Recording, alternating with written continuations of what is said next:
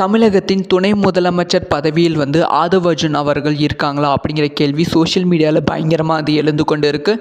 இதை பற்றி ரொம்ப டீட்டெயிலாக தான் பேச போகிறோம். அதாவது திமுக ஆட்சியில் பத்திரிகை சுதந்திரம் அப்படிங்கிற விஷயம் சுத்தமாக கிடையாது. ஸோ திமுக ஆட்சியில் ஸ்டாலினை பற்றி யாராவது தப்பாக பேசினா, திமுக செய்யும் ஊழலை பற்றி பேசினா அவங்கள அரெஸ்ட் பண்ணிடுவாங்க.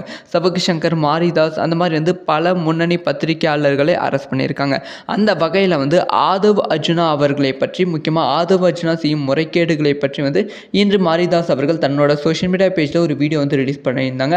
அந்த வீடியோ ரிலீஸ் பண்ணிட்ட அப்புறமா மாரிதாஸ் அவர்களை உடனடியாக கைது செய்தார்கள். ஸோ இதுக்கு முன்பு மாரிதாஸ் அவர்கள் தாவேக ஆட்சியை பற்றி நிறைய குற்றங்கள் சொல்லிக்கொண்டு இருந்தாலுமே ஆனால் எந்த விதமான கைது நடவடிக்கையும் எடுக்காமல் தான் இருந்தாங்க. ஆனால் ஆதவ் அர்ஜுனா அவர்களை பற்றி பேசின உடனே கைது நடவடிக்கை எடுத்திருக்காங்க. ஸோ ஆதவ் அர்ஜுனாவுக்கு இவ்வளோ பவர் இருக்கா? ஸோ ஆதவ் அர்ஜுனா அவர்கள் முதலமைச்சர் வேலை அவர் செஞ்சுட்டு இருக்காங்களா? விஜயை பற்றி பேசுனது கூட எந்த அளவுக்கு ரியாக்ஷன் கிடையாது. ஆதவ் அர்ஜுனா பற்றி பேசுனதுக்கு எந்த அளவுக்கு ரியாக்ஷனா அப்படின்னா ஆதவ் அர்ஜுனா மீது அடுத்தடுத்து குற்றச்சாட்டுகள். முக்கியமாக ஆதவ் அர்ஜுனா தான் முதலமைச்சராக ஒர்க் பண்ணிட்டு இருக்காங்க, சிஎம் சும்மா பேச்சுக்கு தான் இருக்காங்க அப்படின்னு சொல்லி அந்த ஒரு விஷயமும் செம்மையாக ட்ரெண்ட் ஆகி கொண்டு இருக்கு. ஏன்னா இந்த ஒரு விஷயத்தை மாரிதாஸ் அவர்கள் தன்னோட வீடியோவில் பேசியிருக்காங்க.